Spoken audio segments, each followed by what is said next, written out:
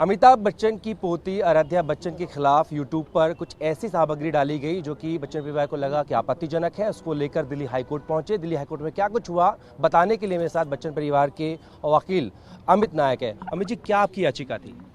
हमारी याचिका ये थी कि लास्ट वीक में गलत वीडियोस और फेक वीडियोस अभिषेक बच्चन की डॉटर के बारे में फ्लोट हो रहे थे। इसके बेसिस पे इसके आधार पे हमने इंजंक्शन मांगा। इस कानून में हमने 3 प्लीडिंग्स किए कि इनकी प्राइवेसी ब्रीच होती है, ये डेफेमेटरी है क्योंकि ये गलत है, पब्लिसिटी के लिए किए गए। इसके आधार पे आज कोर्ट में सुनवाई हुई। मिस्टर आनंद और दयानंद कृष्णन अपियर हुए। उसके बेसिस पे कोर्ट ने ये निर्णय आज की तारीख में दिया है। पहले तो सारे डिफेंडेंट नंबर 1 और 9 को इंजंक्ट किया है। पैराग्राफ 26 में जितने हमने किसको पार्टी बनाया था और कंटेंट क्या था वो? हमने जहां जहां फेक वीडियोस यूआरएल पे थे उनको पूरा हम लोग ने पैराग्राफ 25 और 26 किस तरीका की फेक न्यूज थी वो? उसमें ये फेक न्यूज थी कि Aaradhya Bachchan is not well. In fact to some extent ये भी न्यूज थी कि शी इज नो मोर। जज ने ये ऑब्जर्व किया, जज ने इसको डेप्रिकेट भी किया। जज ने ये भी कहा कि ये अनफॉर्चुनेट है, ये गलत है एंड ये प्रॉफिटेबिलिटी के लिए नहीं किया जा सकता। इनफैक्ट डिफेंडेंट नंबर 10 जो गूगल इंटरमीडियरी है, इंटरमीडियरी के ऑब्लिगेशंस पे काफ़ी आज सुनवाई हुई कि इंटरमीडियरी की ऑब्लिगेशंस के कानून के दायरे में उनका कर्तव्य क्या बनता है, और उसके बेसिस पे कोर्ट ने यह निर्णय दिया है कि उनको स्विफ्टली एक्ट करना चाहिए। इसकी सुनवाई बहुत गहरे तरीके से होगी on terms of intermediate regulatory. लेकिन आज के लिए ये इंपॉर्टेंट है कि हमको इंजंक्शन मिला है।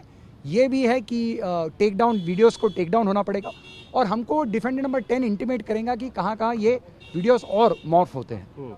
अमित जी, बताइए कि कोर्ट ने कहा कि बच्चा किसी का हो, सामान्य बच्चा हो या किसी सेलिब्रिटी का, सबका अधिकार एक जैसा। चाइल्ड पोर्नोग्राफी से भी तुलना की थी। सी जीरो टॉलरेंस जो प्रवीण जी ने कहा अभी, जीरो टॉलरेंस पॉलिसी अगर है जो डिफेंडेंट नंबर 10 की है, in this case Google, that zero tolerance policy must apply for everything.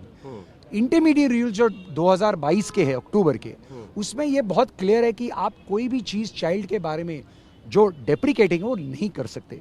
उसके बेसिस पे कोर्ट ने यही कहा कि अगर आपको जीरो टॉलरेंस पॉलिसी है तो ये भी जीरो टॉलरेंस होना चाहिए, और इसलिए इसमें कोई समय नहीं गंवाना चाहिए। और ये कोई भी चाइल्ड हो, चाहे वो सेलिब्रिटी चाइल्ड हो या नॉन सेलिब्रिटी चाइल्ड हो, कायदा तो सबके लिए सेम है। 1 सप्ताह के अंदर इसको लागू करने के लिए कहा गया। और आखिरी तारीख क्या है नेक्स्ट? ये जुलाई में तारीख है और कंप्लायंस होगा और इसकी फर्दर सुनवाई होगी। और इंटरमीडिएट रेगुलेशंस पे, मेरे ख्याल से इंटरमीडिएट रेगुलेशंस पे ये एक इम्पॉर्टेंट जजमेंट है कि इंटरमीडिएट जो होते हैं, जैसे गूगल जहाँ पे ये चैनल्स होते हैं, जैसे यूट्यूब, उनकी ऑब्लिगेशन क्या है, कानून के दायरे में वो क्या कर सकते हैं, उनको क्या करना चाहिए। तो इस पे कोर्ट ने काफ़ी ऑब्जर्वेशंस किए। आनंद जी, आखिरी सवाल आपसे लूंगा कि गूगल और भारत सरकार को भी कुछ निर्देश दिए गए, वो क्या थे? सबसे पहले, जैसे बिल्कुल आपने सही कहा कि चाइल्ड पोर्नोग्राफी और चाइल्ड के बारे में, चाइल्ड की हेल्थ के बारे में, फिजिकल मेंटल हेल्थ के बारे में, दे विल बी इक्वेटेड। वो बिल्कुल एक ही लेवल पे हैं। तो जो ऑब्लिगेशन चाइल्ड पोर्नोग्राफी के लिए हैं, वही ऑब्लिगेशंस चाइल्ड की हेल्थ के बारे में हैं। तो वो, और एक चीज़, और दूसरी कि चाहे वो सेलिब्रिटी का चाइल्ड हो, चाहे वो कॉमन मैन का चाइल्ड हो, they are to be regarded at the same level, and all children have to be given the same respect and dignity. और intermediaries जो हैं उनको ये देखना पड़ेगा कि children are, कोई भी वीडियो हो which relates to children, they have to perform the role, they have to make all reasonable efforts to make sure that such videos are not propagated, and they must take immediate measures. Immediate भी बहुत बोला गया कि immediate doesn't mean 36 hours. Immediate means immediate. एकदम उसको remove करना जरूरी है।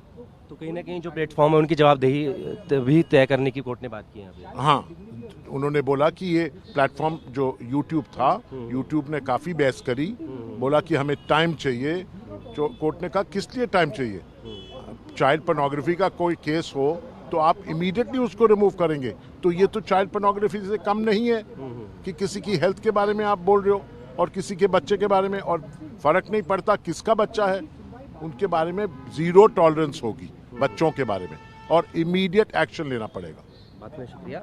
तो यहाँ पर आराध्या बच्चन की स्वास्थ्य और उनके जीवन को लेकर के कुछ भ्रामक और गलत खबरें जो हैं वो यूट्यूब प्लेटफॉर्म्स पर रखी गई थी, चलाई गई थी, जिसको बच्चन परिवार ने दिल्ली हाई कोर्ट में चुनौती दी और यहाँ पर कोर्ट ने भी इस मामले को गंभीरता से लिया और कहा कि इस तरह की जो खबरें हैं, क्योंकि बच्चा किसी का भी हो, चाहे सेलिब्रिटी का हो या सामान्य बच्चा, उसके कुछ अधिकार होते हैं और इस तरीके की जो चीज़ें की गई हैं वो कहीं ना कहीं चाइल्ड पोर्नोग्राफी जैसी है। तो ऐसे में ना सिर्फ उन अपलोडर्स बल्कि जो यूट्यूब या जिस तरह के प्लेटफॉर्म्स हैं उनकी भी जवाबदेही और जिम्मेदारी यहाँ पर तय होनी चाहिए। तो फिलहाल इस वीडियो पर हाईकोर्ट की तरफ से रोक लगा दी गई है और इस मामले में अगली सुनवाई जून के महीने में होगी। अपनी वीडियो से होगी अशोक चौहान के साथ जितेंद्र भाटी, टीवी भारतवर्ष, दिल्ली।